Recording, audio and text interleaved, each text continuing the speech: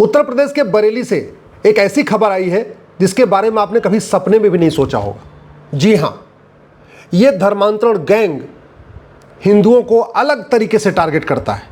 आपने बलरामपुर के छांगुर जलालुद्दीन का सुना होगा कि उसके 18 राज्यों में 600 जिलों में उसका नेटवर्क है, जहां उसने गुर्गे पाल रखे हैं जो लड़कियों को ट्रैप करते हैं, लफ्ज़-ए-जिहाद करते हैं।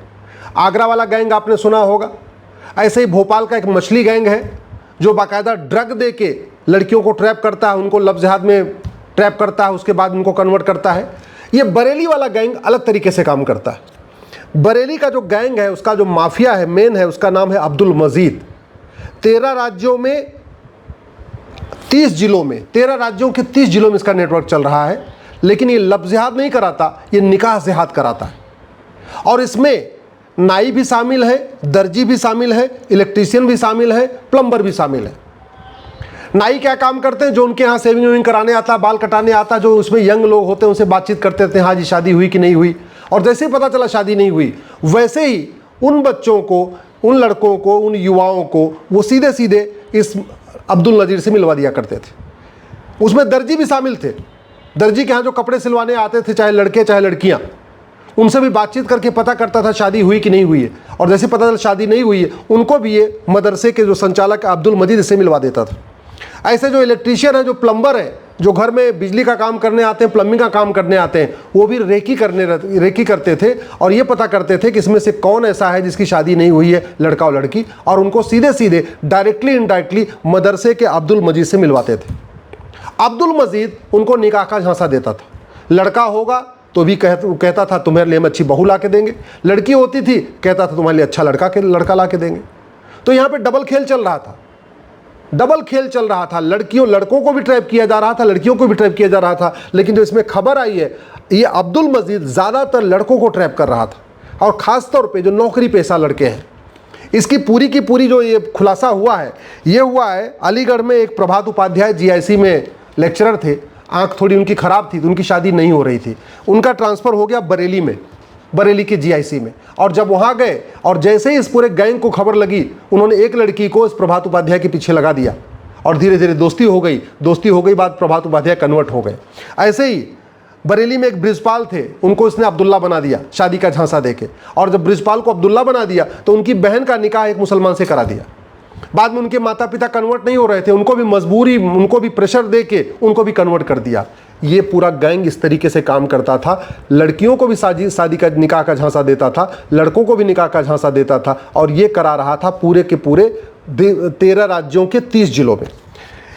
21 बैंक खाते मिले हैं। 21 बैंक खातों में विदेशी फंडिंग आ रही है। FCRA के जरिए विदेशी फंडिंग आई है, अंदर से हवाला के जरिए फंडिंग आई है। 5 लाख 10 लाख रुपए का लालच भी दे रहा था कि निकाह भी कराएंगे, तुम्हें पैसा भी मिलेगा। और ये सारा खेल भारत में हो रहा है, लेकिन हमें और आम आदमी को पता ही नहीं, आम जनता को पता नहीं। एक खास बात ये भी है, ये जितने खुलासे हो रहे हैं वो उत्तर प्रदेश से ही हो रहे हैं। न बंगाल से ऐसी घटनाएं सामने आ रही हैं, न केरल से ऐसी घटनाएं सामने आ रही हैं। जानते हैं क्यों? क्योंकि यहाँ योगी बाबा जी ने पुलिस को बहुत सख्त इंस्ट्रक्शन दिया हुआ है कि धर्मांतरण को रोको। बाकी राज्यों में सब अपना वही वोट आरोप प्रत्यारोप, नूरा कुश्ती, बतौलेबाजी चल रही है, इसलिए बाकी राज्यों में ऐसी खबरें नहीं आ रही हैं। एक बात मैं फिर से कह रहा हूँ, भारत के हर जिले में छांगुर जलालुद्दीन है, अब्दुल मजीद भी है। भारत के हर जिले में मछली गैंग भी है। हर जिले में धर्मांतरण भी हो रहा है, हर जिले में लफ्ज़-ए-जिहाद हो रहा है, और बड़े प्लान्ड वे में हो रहा है। विदेशी फंडिंग भी आ रही है, अंदर से भी फंडिंग आ रही है। फिल्म बनाने से धर्मांतरण नहीं रुकेगा। केरल स्टोरी बनी, केरल स्टोरी ने बता तो दिया धर्मांतरण कैसे होता है, लेकिन समाधान नहीं बताया, और हमने समाधान के बारे में सोचा भी नहीं। इतनी खबरें आ रही हैं, रोज अखबार भरे पड़े हैं, ऐसा कोई अखबार नहीं जिसमें 2-4 धर्मांतरण की खबर नहीं आ रही है। इसके बावजूद न संसद में चर्चा हो रही है, न विधानसभा में चर्चा हो रही है, न टीवी पे चर्चा हो रही है। टीवी पे ज़्यादा ये चर्चा हो जाती धर्मांतरण हो गया, लेकिन धर्मांतरण रुकेगा कैसे, मूल कारण क्या है, अस्थायी समाधान क्या है, इस पर टीवी पे भी चर्चा नहीं हो रही। मैं इस समय प्रतिदिन 1500 परिवारों का धर्मांतरण हो रहा है। 1500 परिवार, एक परिवार में 7 आदमी मान के चलिए तो प्रतिदिन 10,000 से ज़्यादा हिंदुओं का धर्मांतरण हो रहा है। इसका मतलब साल में 40 लाख से ज़्यादा हिंदुओं का धर्मांतरण हो रहा है। दूसरा आंकड़ा आपको बता रहा हूँ, प्रतिवर्ष 5 लाख बहन बेटियां गायब हो रही हैं। 5 लाख में से लगभग 1.5 लाख मिल जाती हैं पुलिस के ढूंढने पे, 3.5 लाख का कोई अता पता नहीं चल रहा है। इसका मतलब प्रतिदिन 1000 बेटियां भी गायब हो रही हैं। इतना बड़ा खतरा है, इसके बावजूद न कोई नेता बोल रहा है, न कोई अभिनेता बोल रहा है, न कोई लेखक बोल रहा है, न कोई बुद्धिजीवी बोल रहा है, न कोई पत्रकार बोल रहा है, न कोई कलमकार बन रहा है। बस केवल और केवल तू मैं आरोप प्रत्यारोप, नूरा कुश्ती बतौरेबाजी चल रही है। समाधान मैं आपको बता रहा हूं। भारत को बचाना है, धर्मांतरण रोकना है तो सबसे पहले मजहब के आधार पे बने नियम कानून खत्म करना पड़ेगा। मजहब के आधार पे वक्फ बोर्ड, वक्फ ट्रिब्यूनल खत्म करना पड़ेगा। मजहब के आधार पे minority affair ministry, minority commission जो चल रहा है इसको बंद करना पड़ेगा। मजहब के आधार पे स्कूल कॉलेज खत्म करना पड़ेगा। ये जो नेशनल माइनॉरिटी कमीशन एक्ट बना इसको खत्म करना पड़ेगा। मजहब के आधार पे लोन वजीफा बंद करना पड़ेगा। मुगल चले गए इसलिए मदरसा बंद करना पड़ेगा। आप देख लीजिए, चाहे छांगुर जलालुद्दीन हो, चाहे अब्दुल मजीद हो, चाहे वो भोपाल का मछली हो, चाहे वो आगरा वाला कांड हो, जहां पे भी ये सब काम हो रहा है उसका जो सेंटर पॉइंट है वो मदरसा है। अभी ऑपरेशन सिंदूर में हमारी सेना ने पाकिस्तान में जो जाके वहां पे तबाही मचाई है, वो कहां हमला किया? मदरसों के ऊपर हमला किया, क्योंकि मदरसों के नीचे आतंकवादी छिपे हुए थे। मदरसा ही जिहाद का अड्डा है, मदरसा ही अलगाववाद सिखा रहा है, मदरसा ही धर्मांतरण का अड्डा है, मदरसा ही घुसपैठियों को बचाने का काम कर रहा है। समाधान यही है, मुगल चले गए तो फिर मदरसा क्यों? और फिर भारत मजहब के आधार पे विभाजन हो गया तो फिर मजहब के आधार पे नियम कानून क्यों? मजहब के आधार वक्फ बोर्ड, वक्फ ट्रिब्यूनल क्यों? मजहब के आधार पे मंत्रालय क्यों, आयोग क्यों? मजहब के आधार पे लोन वजीफा क्यों? मजहब के आधार पे स्कूल कॉलेज क्यों? इसको आपको पूछना पड़ेगा, जोर जोर से अपने सांसद से जाके पूछना पड़ेगा। संसद विधानसभा में उनको आवाज़ उठाने के लिए मजबूर करना पड़ेगा, तब इस समस्या का समाधान होगा। दूसरा तरीका यह है, राइट टू एजुकेशन में एक शब्द इक्वल जोड़ के इसको राइट टू इक्वल एजुकेशन कर दे। भारत में समान शिक्षा लागू करे, न मदरसा, न मिशनरी स्कूल, न मॉन्टेसरी स्कूल, न कॉन्वेंट स्कूल, कुछ नहीं। One nation one education, one nation one syllabus, one nation one education board, uniform education, यही दूसरा समाधान है अगर भारत को बचाना है। नहीं तो मैं कह रहा हूं 25 साल के बाद जो आपने कल्पना नहीं किया है वो होगा। हमारे पूर्वजों ने कल्पना नहीं किया था अफगानिस्तान से खत्म हो जाएंगे, हुए। हमारे पूर्वजों ने कल्पना नहीं किया था पाकिस्तान से खत्म हो जाए, हो गए, खत्म हो गए। हमारे पूर्वजों ने कल्पना नहीं किया बंगाल से खत्म हो जाए बांग्लादेश से, बांग्लादेश में हो गए। हमारे पूर्वजों ने कल्पना नहीं किया था कश्मीर में नरसंहार होगा, और हुआ। आप भी कल्पना नहीं कर रहे हैं कि 25 साल के बाद क्या होगा।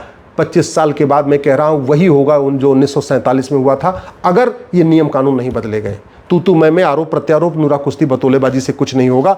अगर भारत को बचाना है तत्काल ये 2010 में जो कांग्रेस ने FCRA कानून बनाया था इसको खत्म करना पड़ेगा। अमेंडमेंट से कोई काम नहीं चलेगा, इसको 100% खत्म करना पड़ेगा। भारत को बचाना है तो ये जो हवाला की फंडिंग हो रही है जिहादियों को, मिशनरियों को, धर्मांतरण कराने वालों को, ये हवाला कानून बदलना पड़ेगा।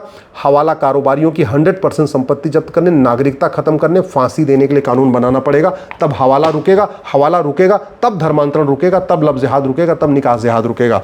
अगर हम भारत को बचाना चाहते हैं इस ब्लैक मनी एक्ट को बदलना पड़ेगा। दुनिया के कई देशों में काला धन रखने वालों को, काले कारोबारियों को फांसी दी जाती है। ये हमारा कानून महाघटिया है, महा सड़ा हुआ है, इसको बदलना पड़ेगा, तब जाके भारत बचेगा।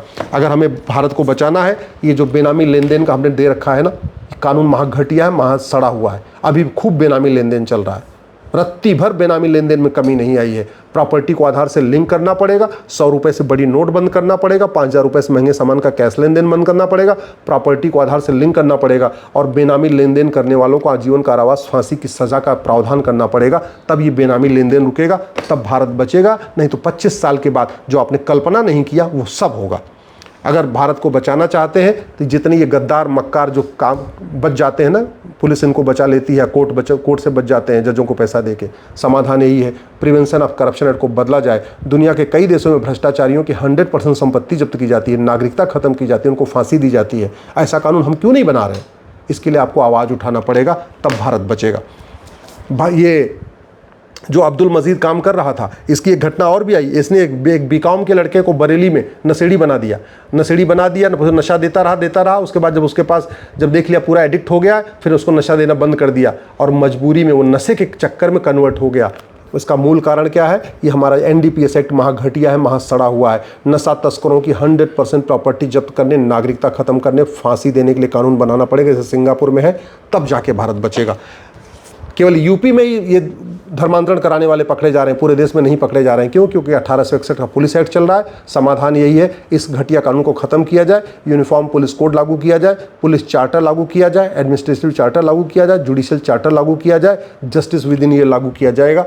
तब जब कानून का खौफ होगा, सजा का खौफ होगा, तब धर्मांतरण रुकेगा, तब लव जिहाद रुकेगा, तब निकाह जिहाद रुकेगा। लव जिहाद और धर्मांतरण को राष्ट्र की सुरक्षा के लिए खतरा घोषित करना जरूरी है। हमारे पास एनएसए है, लेकिन इसमें कहीं लिखा नहीं है कि धर्मांतरण राष्ट्र की सुरक्षा के लिए खतरा है, इसलिए पुलिस एनएसए लगा नहीं पा रही है। लगा भी देती है तो कोर्ट फटकार लगाती है। समाधान यही है, इस कानून को बदला जाए। ये धर्मांतरण अनलॉफुल एक्टिविटी है, लेकिन पुलिस कभी भी धर्मांतरण कराने वाले जिहादियों पे यूएपीए नहीं लगा रही है, क्योंकि हमने इसमें कहीं लिखा ही नहीं है कि धर्मांतरण भी अनलॉफुल एक्टिविटी है। इसलिए इस कानून को बदलना पड़ेगा। और सबसे ज़रूरी है, ये बीएनएस में एक चैप्टर जोड़ा जाए, ऑफेंस रिलेटिंग टू कन्वर्जन। धर्मांतरण को राष्ट्र की सुरक्षा के लिए खतरा घोषित करें, धर्मांतरण को देश की एकता अखंडता के लिए खतरा घोषित करें, धर्मांतरण को हमारी संप्रभुता के लिए खतरा घोषित करें, धर्मांतरण को ऑर्गेनाइज क्राइम घोषित करें, धर्मांतरण कराने वालों का narco polygraph brain mapping test करें, उनकी 100% संपत्ति जब्त करें और 1 साल के अंदर सजा दें, तब जाके धर्मांतरण रुकेगा। और सबसे इंपॉर्टेंट, आज तक किसी धर्मांतरण कराने वाले जिहादी और मिशनरी की नागरिकता खत्म नहीं हुई। उसका मूल कारण है 1955 का महाघटिया कानून। जब तक ये कानून नहीं बदलेगा, तब तक धर्मांतरण नहीं रुकेगा। और धर्मांतरण नहीं रुका तो याद रखिएगा, जो 1947 में हुआ था नरसंहार, वही 2047 में होगा। और आज के नेता, अभिनेता, लेखक, बुद्धिजीवी, पत्रकार, कलमकार जो बड़ी बड़ी बातें करते हैं ना, ये अपने आप भाग जाएंगे। ये तो पहले ही भाग जाएंगे और फंसेंगे हमारे आपके बच्चे।